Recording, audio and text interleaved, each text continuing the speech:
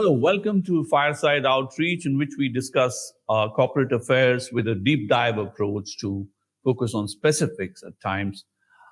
I have with me Ranganath Sadasiva, who's the head of Hewlett Packard Enterprise's technology uh, function in India, Chief Technology Officer, and digital transformation, as well as hybrid IT are part of his responsibilities. So welcome, Ranganath.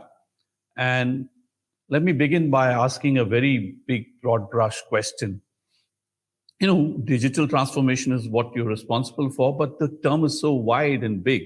You have everything from artificial intelligence and mobile apps to sensors on the street to actually making things work through services and back-end complexities.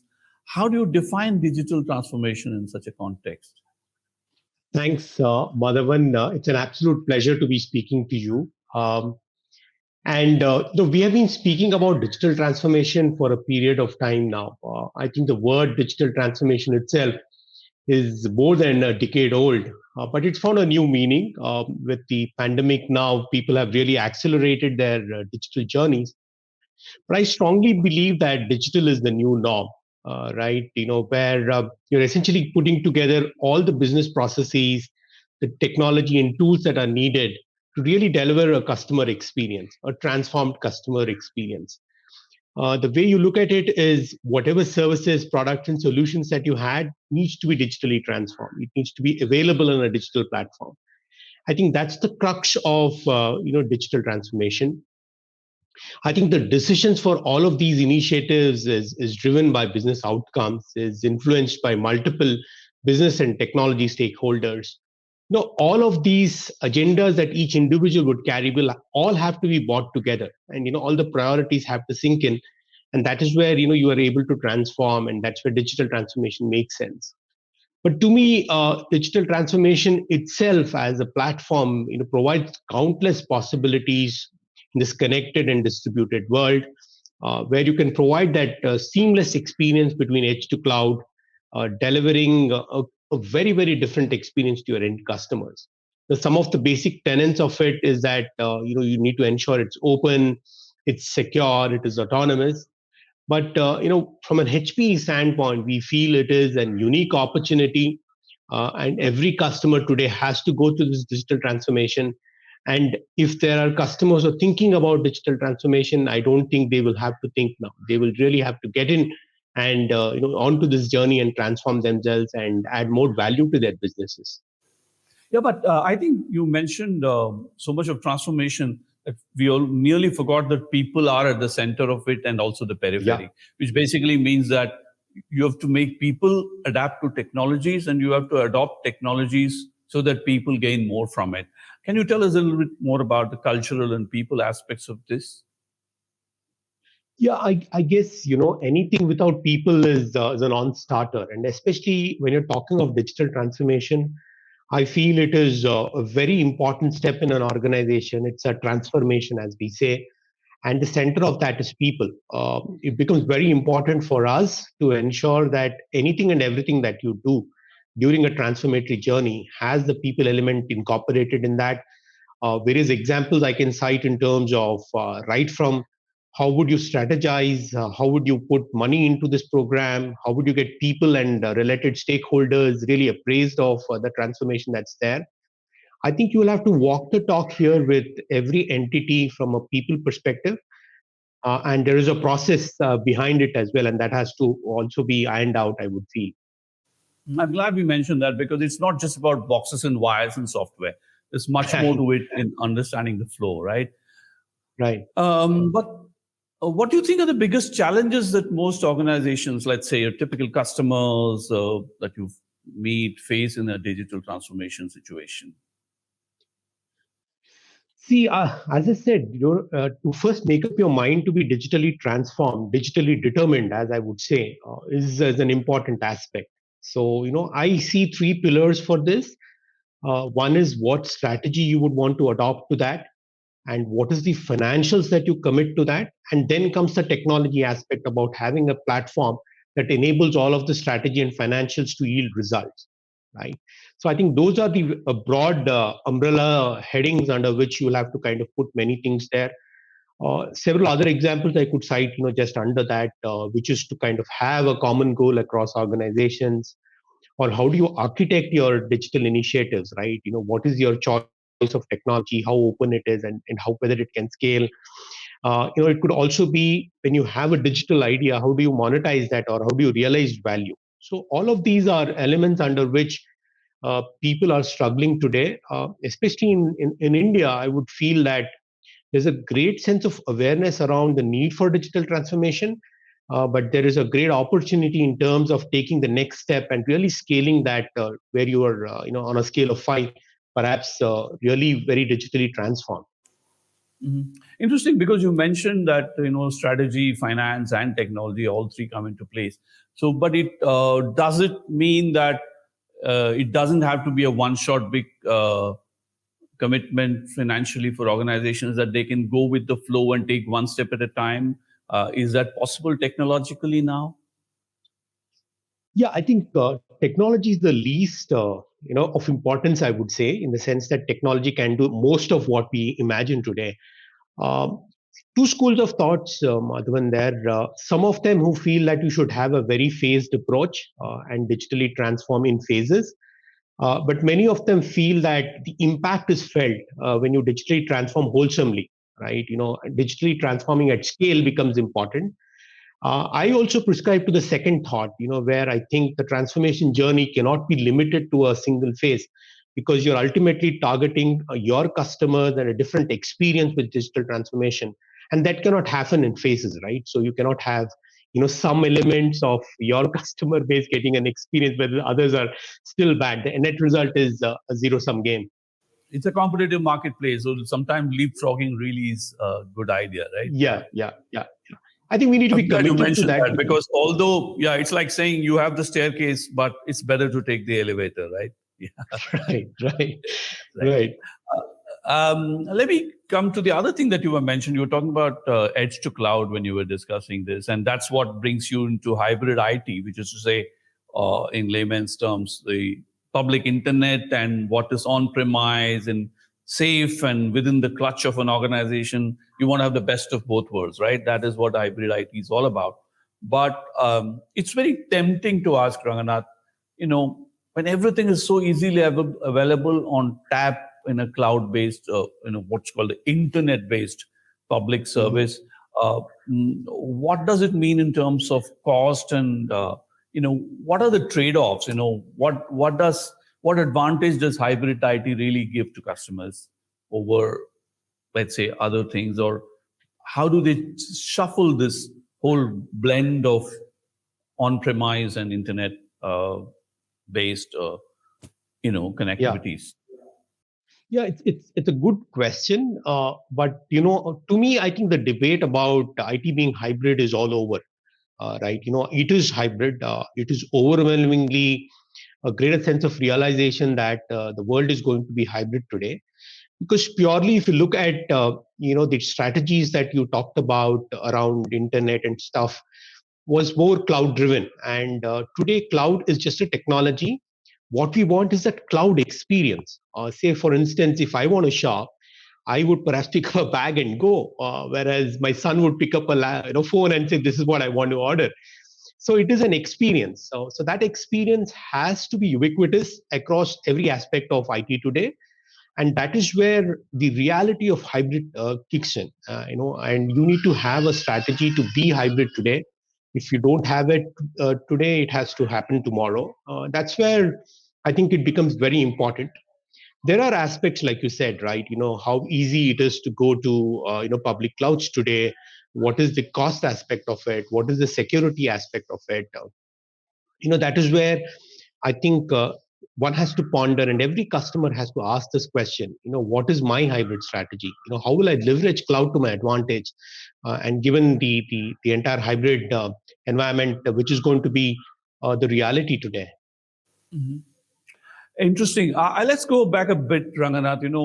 All said and done, given my age and experience, I still have memories of Hewlett Packard being a maker of straightforward, simple computers and printers and stuff. But Hewlett Packard Enterprise, where you are at right now, it's like close to what we call utility computing, in which all sorts of things are available in a one-stop shop, right? So we have so many things happening which is dynamic and changing every day. You have artificial intelligence and cybersecurity. You were mentioned about hybrid IT, and at the core of the idea of hybrid IT itself is security, right? Now you have other forms of cybersecurity, and now you have new things like blockchain coming up. This obviously gives me the feeling that HP cannot be the giant alone in order to engage constantly with startups or acquiring technologies, licensing technologies, and HPE calls itself agile and flexible. So I'm very keen to know, how do you engage with startups and new technologies that keep emerging every day? I mean, how does your own kitchen, if I may so, the technology kitchen work? Yeah. Firstly, we are HP focused on enterprise kind of solutions across the board. And thanks for reminding utility computing. That's been a term that was almost a decade old, I would say, when we spoke about it. It's now transformed into something very, very different. So startup ecosystem in India is very vibrant. I should confess, it's really interesting to see the talent emerge, and across the spectrum of things that we see. So we are very closely associated with the startup ecosystem in the country. I also, when I look back at our own kitchen, the HP itself, I think we are a very large startup organization because we kind of provide solutions across various business units, whether it is compute solutions, storage solutions, software. So there are a lot of innovations that come to the fore, ultimately creating products that we see. We keep refreshing our products over a period of time. So there is that startup ecosystem vibrancy within HP that I see. Mm-hmm. Apart from that, sorry. You also employ in-house some of these new technologies that typically startups are the ones coming up with, right? Yes. We do employ. Say, for instance, AI you spoke of is something that has got a large impact, and we use a lot of AI-based capabilities in our products. We have a product called as InfoSight, which enhances the probability of, rather, I should say, it enhances the capability of products to be proactively monitored, given alerts to say this is what you need to do, essentially ensuring an autonomous usage of the product. Just as an example. So, those will get incorporated, but we can't do everything. So there are certain aspects that we do from an HP perspective. In India, last year, we started off with what is called as the Digital Catalyst Program. It was an initiative to kind of identify, support, and co-innovate with the marketplaces, with all the digital disruptors that we see in the marketplace. We have passed out with our first cohort. And there we worked on a lot of technologies which you just mentioned, whether it's AI, cybersecurity, the intelligent edge, DevSecOps, right? And what we did to these set of cohort, players was provide them the kind of business acumen that we have, the technology mentorship that we need to provide, or prototyping of all of those things, and ultimately taking them to the larger market. And we have the second version of it. We have tied up with Startup India, where the governmental nodal agency for India to which kind of helps startup organizations. That's interesting. Yeah, I think you mentioned. You were joking about utility computing, but that's a broad understanding or a term that I got used to, having covered technology for about 3 decades, as to how in one place so much can come together. For me, that is utility computing. Even the terms may change. We used to call it business process re-engineering. Now we call it digital transformation. The words change, but sometimes the intent is to see how much seamlessness and ease we bring into the whole process. Which also reminds me, you're talking extensively about engaging with startups, either in terms of incorporating technologies or in terms of partnerships. But it's interesting because there was a good old day when you said disruptors are the startups and the big ones are the get disrupted. But you are the one embracing disruption yourself in order to benefit customers. That's quite interesting. So I'm very curious to know, what does it mean in terms of culture change or culture in work culture in HP? I mean, if I heard you right, you mentioned that HP itself in some ways functions like a startup. Curious to know, how does it work? If you were to look at HPE, it's a very large entity. I have myself spent close to about 18 years in two stints with HPE.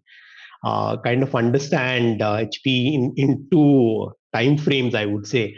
Um, I think the core values are pretty much the same. We work towards advancing the way people live and work. That is our broader purpose. And how do we do that? By engineering a lot of our experiences and unlocking the full potential. That's how we kind of put our purpose today on paper. From a startup ecosystem perspective, we are completely tuned to what customers want. One of the things that I have seen is the customer centricity within HPE. Most of the things that we build, kind of service support, is built on what the customer wants, right? And being a large organization, an MNC across 160 countries, 60,000 people, we have been able to collaborate a lot of these requirements together. And at times, some geos are contributing to that evolution. If you look at India for that instance, the sheer size of users, the kind of scale that we want to provide is something that is being utilized in various other places as well. And there is that sense of cross pollination of technology that happens. Staying relevant with the right kind of technology becomes an imperative. And for that, innovation, I think, is the key. So we keep innovating. You would know, HP started off in India a long time back, and there is a huge amount of people who do a lot of developmental activities here. A lot of people who support a lot of other infrastructure and IT related projects globally. So we are able to use that to our advantage here. So when I talk of certain products that are there, the innovation could have happened next door, and all of that is productized and is ready for the world to take in.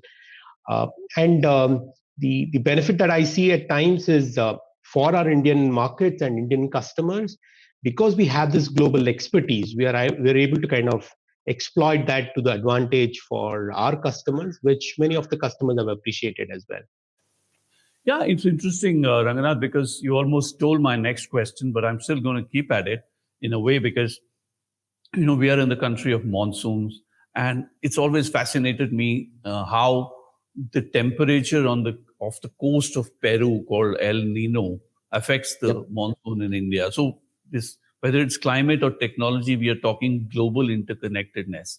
But Right. you mentioned, you made it all sound so simple when you said that it could be innovation next door, or it could be half a planet away. But I'm very keen to know how this actually works in a global network. How do you actually work? It almost sounds like a orchestra or a ballet, where technological ballet, if you will, where various 160 countries are at it and various innovation centers are at. I know. Tell us about the mystique or the magic of the coordination, or the uh, uh, you know uh, a workflow that takes place in HPE globally. Yeah. I mean, we kind of are joined at the hip across the globe. So many of the customer requirements, are kind of collated, and we look at what is an innovation that we can bring to the table that creates an impact to people. I remember I told you that we advance the way people live and work. So we look at technology to be that element that helps this. So, there is a very set process in terms of how all of this is captured. We go through a process of, then creating the right technology for that.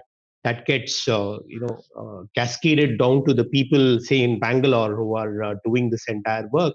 They do the real work in terms of R&D and developmental activities. Again, it is kind of stitched together.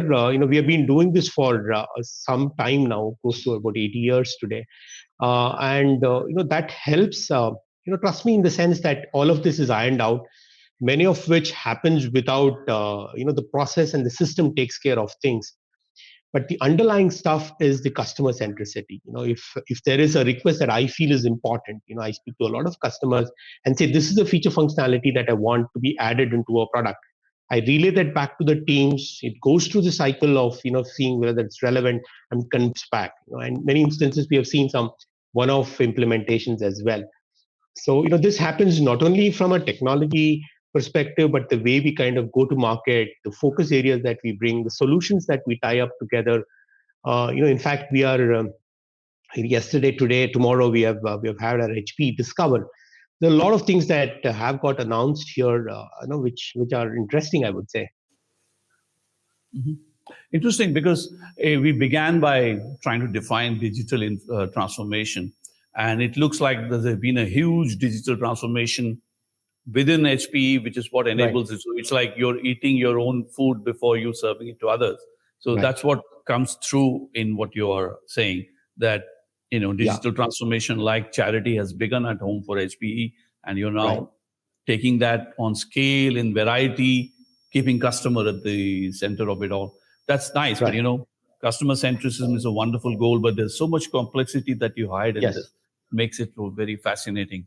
Excellent talking to you, Ranganath. Wish you all the best and hope to be seeing more of technological wizardry. Absolutely. It was a great pleasure to speak to you, and looking forward, Madhavan. Namaste. Thank you.